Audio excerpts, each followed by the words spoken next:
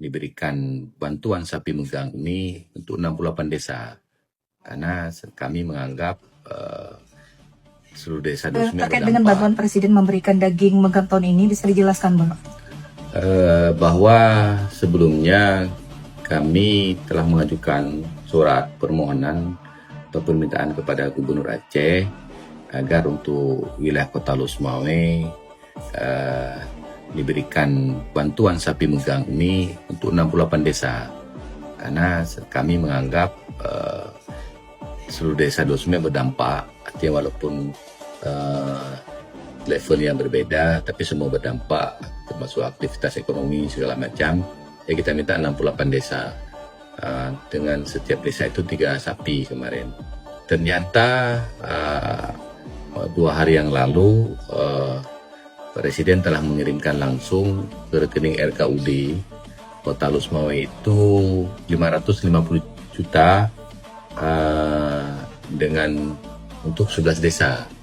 Untuk 11 desa, ketika saya menerima itu saya sempat mempertanyakan kepada Kementerian Dalam Negeri karena memang data seperti itu katanya. Terus saya mempertanyakan juga kepada Wakil Gubernur karena Gubernur lagi berada di luar negeri. Saya meminta kepada Wakil Gubernur kalau dengan jumlah uang 550 juta dan diperuntukkan untuk 11 desa, sedangkan desa yang berdampak parah itu melebihi dari 11 desa, ini akan timbul masalah.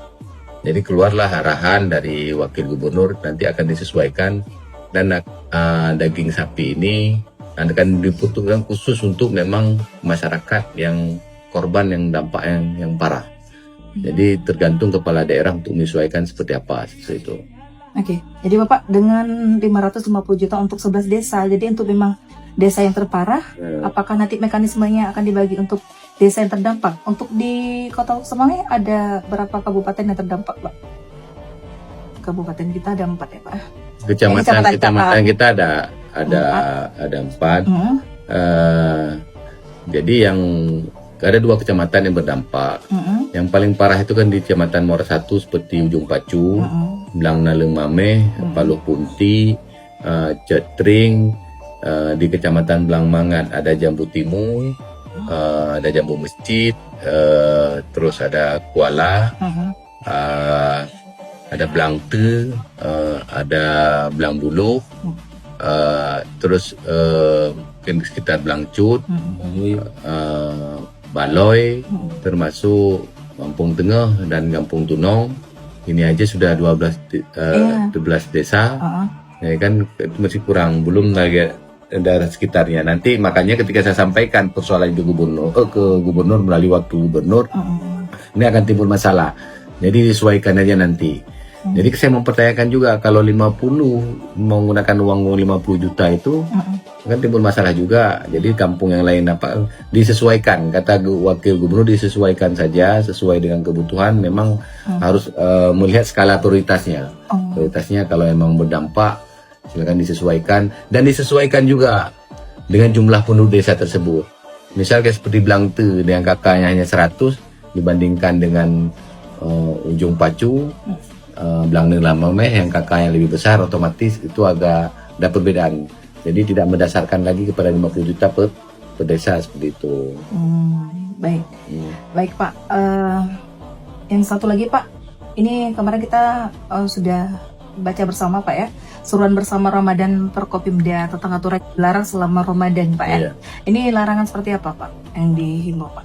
Bisa dijelaskan? Larangannya itu kan sangat banyak kan. Seperti itu untuk keperluan untuk menghormati bulan Ramadan, warung, jam bukanya warung rumah makan itu, warung kopi segala macam itu kan dibatasi. Yang jual makanan juga dibatasi ya kan.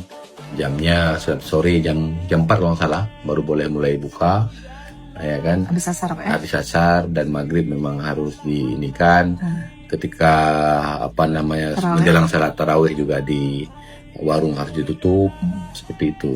Dan bisa buka kembali setelah tarawih? Ya, bisa buka kembali setelah tarawih seperti itu. Dan ada beberapa hal lain perbuatan, misalnya tidak boleh live music, itu masuk dalam situ. Melarang perbuatan-perbuatan yang kira-kira mengganggu ketentraman atau ketertiban melakukan ibadah. dalam Ramadan. Jika nanti ada kedapatan yang melakukan itu, kira-kira Pak sanksi apa yang akan untuk tahap selanjutnya? Sanksi macam-macam kalau mau makan tuh dengan nanti Satpol PP sama pihak kepolisian yang proses itu kan. Seperti itu Pak. Iya. Oke Pak, terima kasih Pak atas waktunya.